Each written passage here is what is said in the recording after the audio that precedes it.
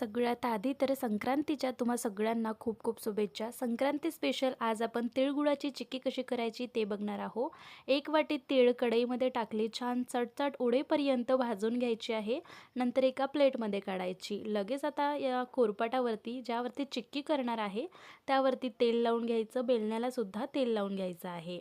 1 वाटी बारीक चिरलेला गूळ घेतला, विरघळून घेतला आहे आणि आता पाक करून घ्यायचा आहे. पाक कसा चेक करायचा, वाटीत टाकायचा आहे पाक आणि छान कडक पाक आपल्याला हवा आहे. नंतर यामध्ये तीळ टाकून भाजलेली एकत्र करून घ्यायचा आहे. लगेच ज्या कोरपाटाला तेल लावलं त्या कोरपाटावरती काढायचा आहे आणि वाटीने प्रेस करत हलक्या हाताने छान फैलवून घ्यायचं आहे. नंतर बेलण्याने सुद्धा फैलवून घ्यायचं. ही प्रोसेस जी आहे थोडी फास्ट करायची आहे. हव्या त्या आकारामध्ये चिक्की कट करून घ्यायची. 15-20 मिनिटांसाठी गार व्हायला ठेवायची आहे. नंतर काढून घेऊ शकता. कुरकुरीत अशी चिक्की रेडी आहे. सविस्तर रेसिपी चॅनलवरती दिली आहे, नक्की पहा. थँक्यू.